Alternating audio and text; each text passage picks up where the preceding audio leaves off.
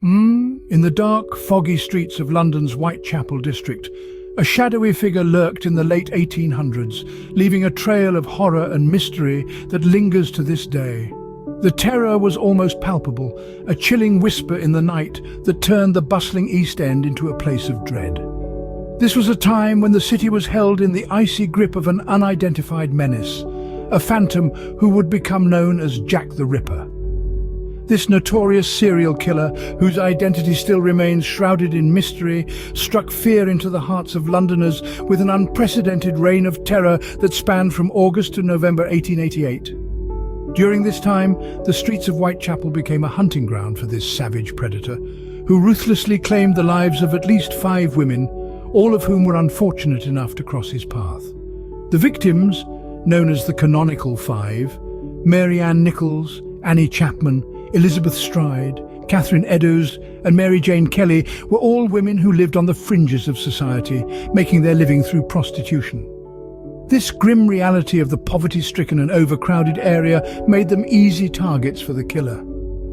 The murders were not just acts of violence, but were characterized by a chilling level of precision. The victims' throats were savagely slashed, followed by severe abdominal mutilations that hinted at a level of surgical skill. The brutality of these heinous acts sent shockwaves through the city, sparking widespread panic and fear. The name Jack the Ripper originated from a letter that was sent to the police, allegedly written by the killer himself. This moniker, now synonymous with the chilling tale of the Whitechapel murders, only served to heighten the public intrigue and fear around the killer's ability to evade capture. But who was this fearsome figure who managed to evade capture and identification, the one we now know as Jack the Ripper? The Ripper's reign of terror spanned a chilling 4 months in 1888, during which 5 women met horrific ends. The first of these unfortunate victims was Mary Ann Nichols.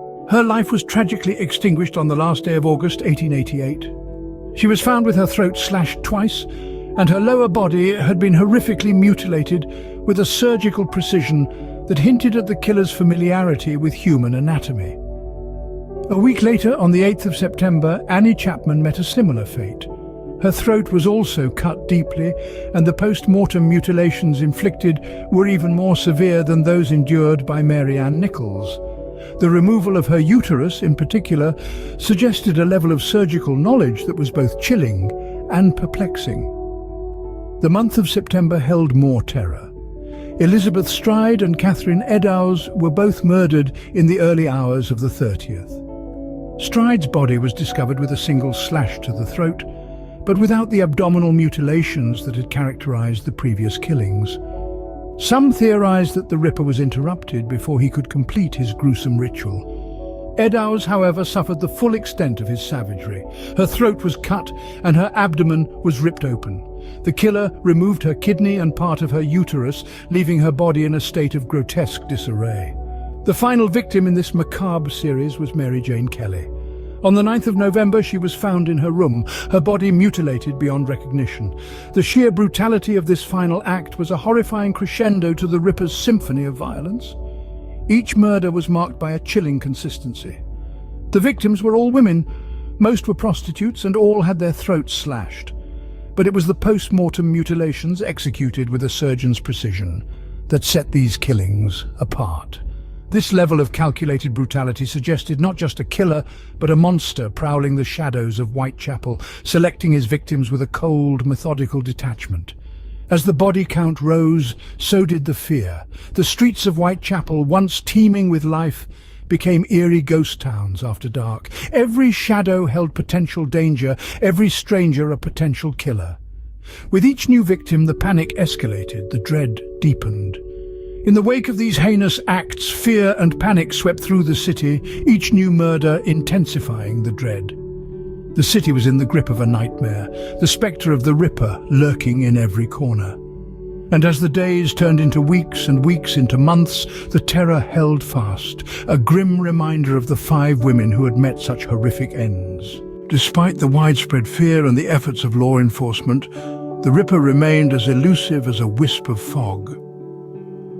In the wake of the gruesome murders, the hunt for the killer was intense, but frustratingly futile. The sheer audacity of the crimes, coupled with the shocking brutality and the surgical precision of the mutilations, gave rise to a deluge of theories. Many speculated that the Ripper must have possessed anatomical knowledge, perhaps even being a surgeon or a butcher. Others suggested the killer could be a member of the upper class, skillfully exploiting his social standing to avoid suspicion. The list of suspects was as varied as it was long. From local butchers and physicians to notable personalities of the era, no stone was left unturned. But despite the numerous suspects and theories, none could be definitively linked to the horrific crimes. The lack of modern forensic technology, combined with the chaotic and overcrowded conditions of Whitechapel, made the task of catching the Ripper a daunting challenge. As time passed, the mystery only deepened. The case files filled with witness testimonies, police reports, and the infamous letters allegedly written by the killer himself were pored over again and again. Yet, they yielded no conclusive evidence. The passage of time, rather than bringing clarity, only seemed to shroud the Ripper's identity further into the mist of uncertainty. Over a century later, the mystery of Jack the Ripper continues to captivate the world. Armchair detectives, seasoned criminologists and curious historians alike have delved into the labyrinth of clues, speculations and theories. Yet the true identity of the man who terrorized Whitechapel in the autumn of 1888 remains tantalizingly out of reach. The identity of Jack the Ripper, to this day, remains hidden in the shadows of history. The unsolved mystery of Jack the Ripper has left an indelible mark on society, captivating the public imagination for over a century. This shadowy figure, who slipped in and out of the foggy alleyways of Victorian London, has become more than just a gruesome footnote in the annals of crime. He has become a symbol, a mirror reflecting the darkness lurking in the corners of our own society. The Ripper's tale has been told and retold countless times, each version adding another layer to the legend. From scholarly examinations to sensationalist tabloids, from spine-chilling horror films to meticulously researched documentaries, Jack the Ripper has become a staple of popular culture. Each iteration not only attempts to unravel the mystery of the Ripper's identity, but also explores the fear, the fascination, and the morbid curiosity that his deeds inspire in us. Yet the Ripper's legacy extends beyond the realm of entertainment.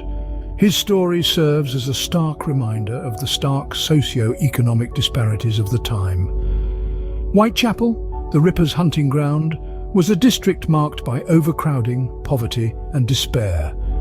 The women he targeted were victims long before they crossed paths with him, trapped in a cycle of destitution and degradation. Their tragic lives and brutal deaths shed light on the plight of women in a society that often marginalized and mistreated them.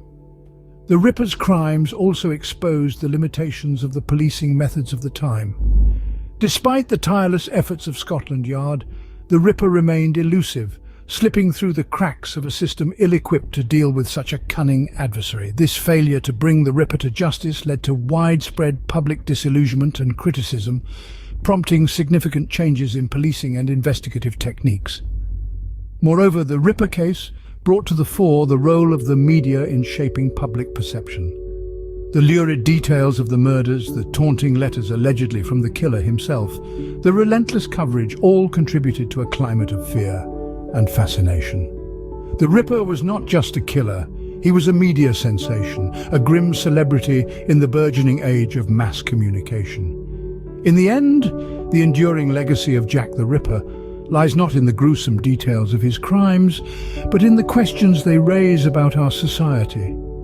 His story forces us to confront the harsh realities of inequality, the failures of our justice system, and the power of the media to shape our fears and our fascinations. It compels us to look beyond the blood-soaked cobblestones of Whitechapel to the deeper, darker truths lurking beneath. The figure of Jack the Ripper, shrouded in mystery and darkness, continues to haunt us, a grim reminder of a terror that once stalked the streets of London.